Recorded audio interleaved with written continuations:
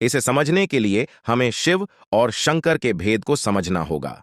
किंतु सबसे पहले इस प्रश्न को पूछने के लिए धन्यवाद। ये बहुत आवश्यक था, क्योंकि शिवलिंग को लेकर इतनी भ्रामक जानकारियां समाज में फैली हैं, जिसे दूर करना बहुत आवश्यक है। चलिए समझते हैं कि शिवलिंग वास्तव में है क्या।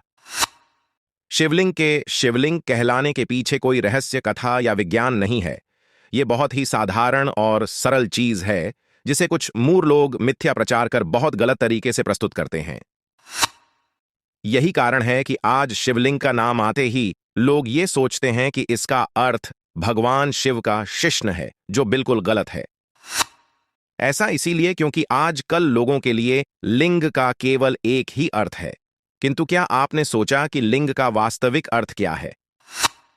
हम सभी ने बचपन में पुल्लिंग एवं स्त्रीलिंग के विषय में पढ़ा है। तो क्या जब हम स्त्रीलिंग कहते हैं तो उसका अर्थ स्त्रियों का शिश्न होता है? नहीं ना। यह बहुत साधारण सी बात है। यहां लिंग का वास्तविक अर्थ है प्रतीक। पुल्लिंग पुरुषों का प्रतीक है और स्त्रीलिंग का अर्थ है स्त्रियों का प्रतीक। ठीक उसी प्रकार शिवलिंग का अर्थ है शिव का प्रतीक, ना कि उनका शिश्न। सदियों से हमारे हिंदू धर्म के देवी देवताओं के चरित्र पर कलंक लगाने का झूठा षड्यंत्र रचा जा रहा है। फिर चाहे वो शंबुक वधुओं हो या तुलसीदास जी का ताड़न व तैन वाला दोहा। ठीक उसी प्रकार की मिलावट पुराणों में भगवान शिव के विषय में भी की गई है।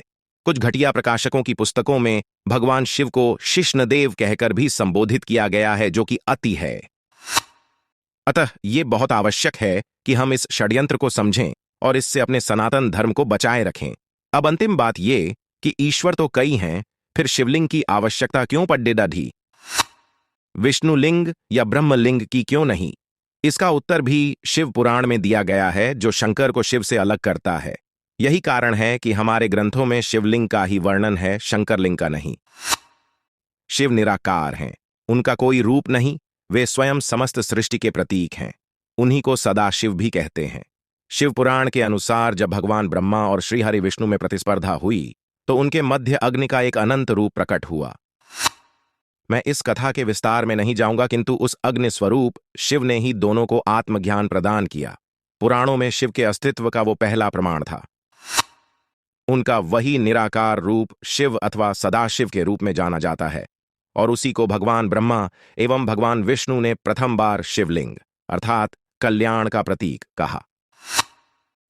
प्रतीक लिंग इसी कारण क्योंकि उनका कोई रूप ही नहीं था। उसी को ज्योतिर्लिंग भी कहा गया, और आज भी भगवान शिव के प्रमुख प्रतीकों को ज्योतिर्लिंग कहा जाता है, जो कुल 12 हैं।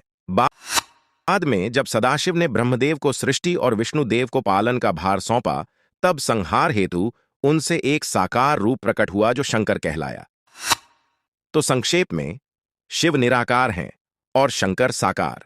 आज भी आपको ऐसी कई तस्वीरें आपको देखने को मिल जाएंगी जहां शिव को शिवलिंग की पूजा करते दिखाया गया है। तो आप समझ ही गए होंगे कि वे शंकर हैं, जो शिवलिंग शिव के प्रतीक की पूजा कर रहे हैं। आशा है आपको शिवलिंग का वास्तविक अर्थ समझ में आ गया होगा। यदि ऐसा हो तो इसे अधिक लोगों तक पहुंचाए, ताकि शिवलिंग को लेकर जो भ्रम फैला है वो समाप्त हो जाए। AUM नमः शिवाय।